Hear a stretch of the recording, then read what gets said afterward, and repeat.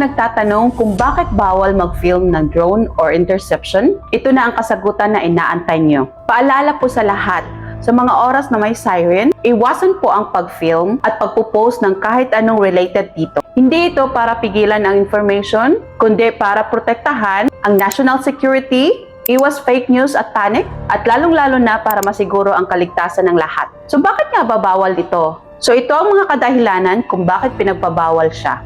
Una, national security. Kasi kapag nag-video ka ng mga drone or interception, pwedeng makita ang lokasyon ng depensa, malaman ang oras ng response, at pwede rin ito magamit sa mga masasamang grupo ang footage laban sa bansa. Pangalawa, labag sa batas. Dito sa Kuwait, bawal mag-record ng military activities. Kahit shared lang yan sa Facebook or any social platform ay pinagbabawal. Pangatlo, iwas fake news at panic. Ang isang video ay pwedeng ma-edit at magkakos ng panic at misinformation. Mas mahalaga ang kaligtasan kaysa sa content. At kung narinig nyo ang siren at may alerto, manatili sa ligtas na lugar, kinig lamang sa official announcement at magbahagi lamang ng safety reminders. At yan lamang po. Maraming salamat!